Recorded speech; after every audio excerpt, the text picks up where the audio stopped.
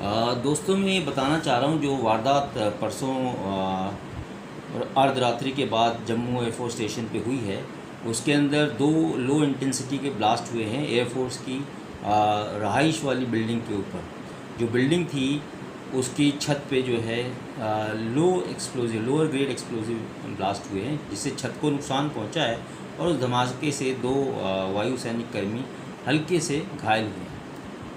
तो मैं आपकी जानकारी के लिए बता दूं कि ये ड्रोन है, ये टेररिस्ट के लिए बिल्कुल ठीक उसी तरह है जैसे कि एक लोन वुल्फ अटैक किया जाता है। यानी कि एक आदमी जिसको बम लगा के भेज दो, वो ब्लास्ट कर देगा, मर जाएगा।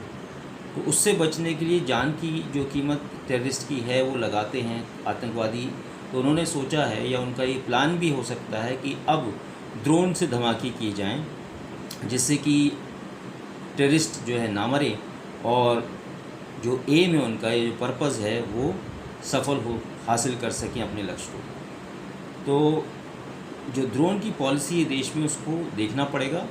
ये पॉलिसी के बारे में 2019 से डिस्कशन सिविल एविएशन मिनिस्ट्री में चलता रहा है। एक दो मीटिंग में मैंने भी as a adviser consultant aviation security और एयर कार्गो में मैंने भाग लिया है, और मैंने भी ये कहा था कि ये पुअर मैन्स जो है वुल्फ अटैक होगा। यानी कि वो टेररिस्ट ऑर्गेनाइजेशन बजाय एक आदमी को बम ब्लास्ट करके फिदाइन बना के भेजने के 100 ड्रोन का उपयोग करना चाहेंगे और 100 जगह वो अपना टारगेट हासिल करना चाहेंगे।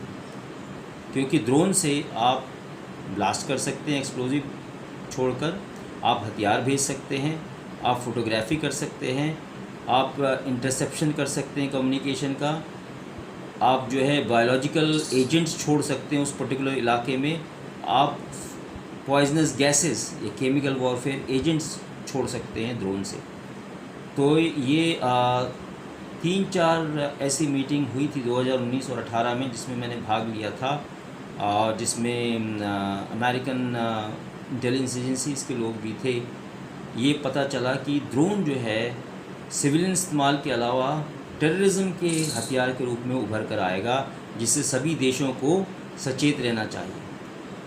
अब हर जगह एयरफोर्स तो नहीं होगी डिप्लॉयड, या मिसाइल या launcher rocket anti aircraft gun तो नहीं होगी इनको गिराने के लिए।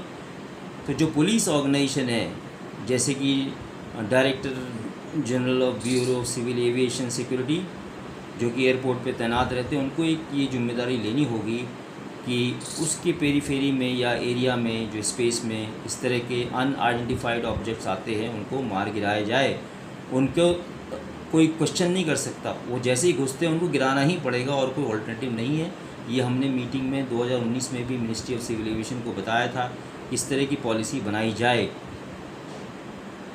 अगर टूरिज़्म में देखा जाए तो आदमी जब आता है उसको हम रोक सकते हैं, उसको धमका सकते हैं, उसको इंटरोगेट कर सकते हैं, फिर बाद में जान से मार सकते हैं।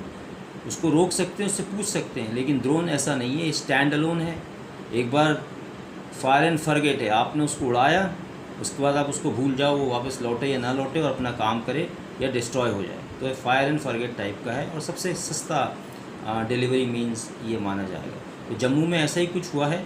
अब ये नहीं कह सकते कि ड्रोन ने ही उसको गिराया है एक्सप्लोजिव को, या फिर बैलून जो है जिसमें गैस फिल्ड एयर बैलून होते हैं, जिसमें लाइट गैसेस भरी जाती हैं, जो उड़ता है और उसमें एक्सप्लोजिव बांधा जाता है, तो हो सकता है उससे हो। तो अभी जानकारी आएगी। लेकिन एयरपोर्ट्स जो कि सिविल और मिलिट्री दोनों यूज़ किए हैं, वहाँ पर ये ड्यूअल रिस्पॉन्सिबिलिटी को निभाना बहुत ज़रूरी है। और इसमें डिमार्केशन होना चाहिए कि सिविल एविएशन साइड के लोग क्या कर रहे हैं और एयरफोर्स की क्या जिम्मेदारी है। क्योंकि एयरफोर्स पोटेंट वेपन है, वो देश के दुश्मनों के लिए, मिसाइलों के लिए, फाइटर्स के लिए। लेकिन जो इस तरह के ड्रोन या छोटे मोटे ऑब्जेक्ट्स या बैलून्स आते हैं, उनके लिए स्मॉल आर्म्स ही काफ़ी है उनको गिराने के लिए।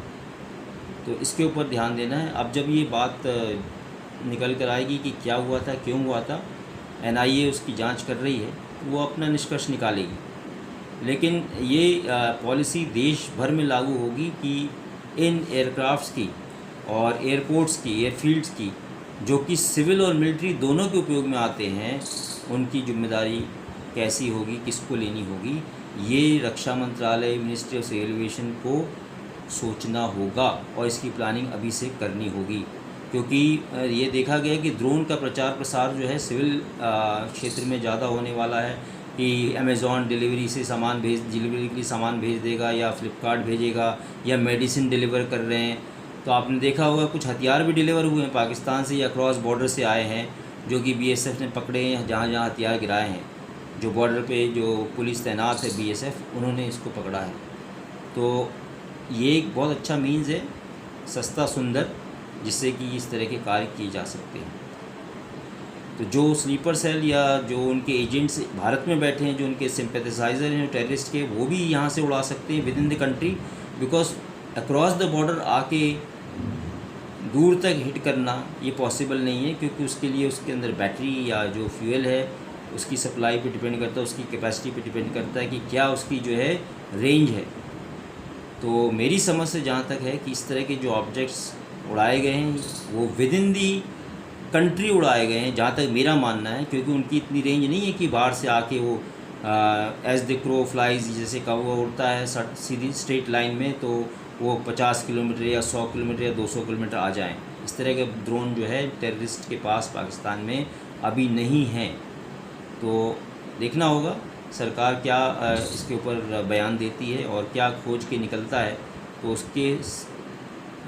उसको देखते हुए फाइनली भारत को बहुत ज़रूरी है कि ये पॉलिसी बनानी पड़ेगी और जिम्मेदारियाँ इसमें जो है लोगों को निभानी होगी और उसको डिफ़ाइन करना होगा किसकी क्या जिम्मेदारी है। ये हादसा सिर्फ एयरपोर्ट एयरफील्ड पे नहीं, ये मॉल पे हो सकता है, ये प्राइम मिनिस्टर के घर के ऊपर हो सकता है, ये पार्लियामेंट पे हो सकता है, ये सुप्रीम कोर्ट पे हो सकता है, ये कहीं भी हो सकता है जहाँ पे स्ट्रेटेजिक इंस्टॉलेशन है या वाइटल इंस्टॉलेशन है। इसलिए सबको इसके लिए चौकन्ना रहना चाहिए और देश की सुरक्षा एजेंसियों को तथा मिनिस्ट्री ऑफ होम अफेयर्स को, रक्षा मंत्रालय को और उड्डयन मंत्रालय को इसमें साथ आके पॉलिसी बनानी चाहिए।